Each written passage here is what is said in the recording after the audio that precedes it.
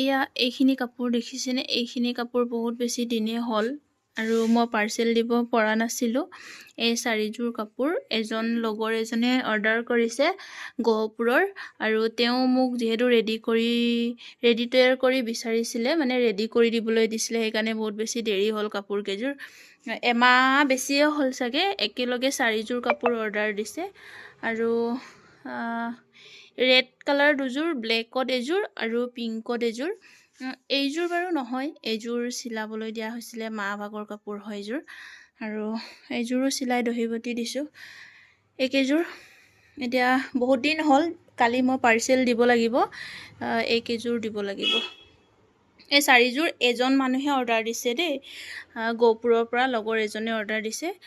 তেওঁ ইমান বিশ্বাস কৰাৰ বাবে, মানে 4যোৰ কাপোৰ মোৰ পৰা লোৱাৰ বাবে বহুত বেছি থেংক ইউ।